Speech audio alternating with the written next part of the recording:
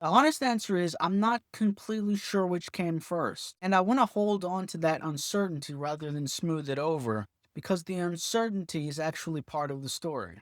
Here's what I do know. It started with subscription velocity. The subscription velocity rate was increasing so much that I knew I would begin losing access to what was being published. I had subscribed to creators because their content mattered to me. Didn't ever want to miss the continuity of what they were putting out. And the subscription box, the feed itself, was moving faster than I could manage it. So I had to act. I think it started with a category specific quick pick. I think it started before the term quick pick even existed. It was just a category specific playlist, either a news playlist or a culture commentary playlist. Something that said this category of content needs its own container. The watch later was absorbing everything, and everything absorbing into one bucket was becoming unnavigable. Now, whether the category specific name came first or the ASAP quick pick came first, that's the chicken and the egg. But I think it was the category specific, but I'm holding on to that provisionally. What I know is that both emerged from the same recognition. I needed more than one container. I needed a container for what I wanted to consume as soon as possible, and I needed containers for the categories of content I was tracking over time. That's when the thinking about playlist types really started. That's when it stopped being just watch later and started being something else.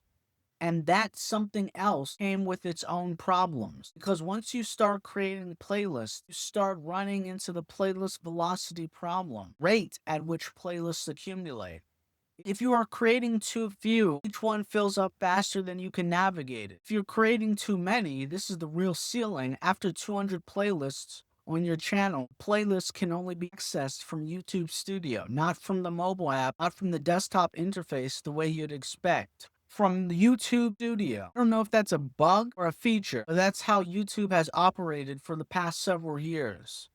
So there's a real structural constraint to how many playlists you can bounce out of the 200 playlist zone where you can actually add videos efficiently for mobile or desktop. Too few and you can't navigate what's inside them. The taxonomy problem, figuring out what a playlist means, what it represents, when to add another video to it versus when to start a new one, that became the central challenge. And then Quick Pick came out of that.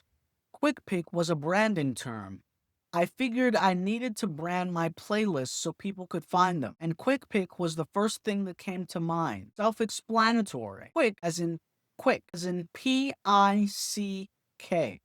Not a complicated spelling, something that could carry consistent search surface area. Something that if somebody else was using it, we could find each other. That was the origin. Watched later stopped being enough. At that moment, that specific moment of reaching for a category specific playlist or an ASAP playlist for something beyond the bin, that's where as an aggregator actually starts.